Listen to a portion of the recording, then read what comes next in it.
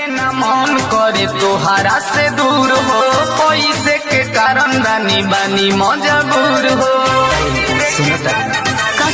सुनो जाए के न मन करे तोहरा से दूर हो, पैसे के कारण रानी बानी मजबूर हो।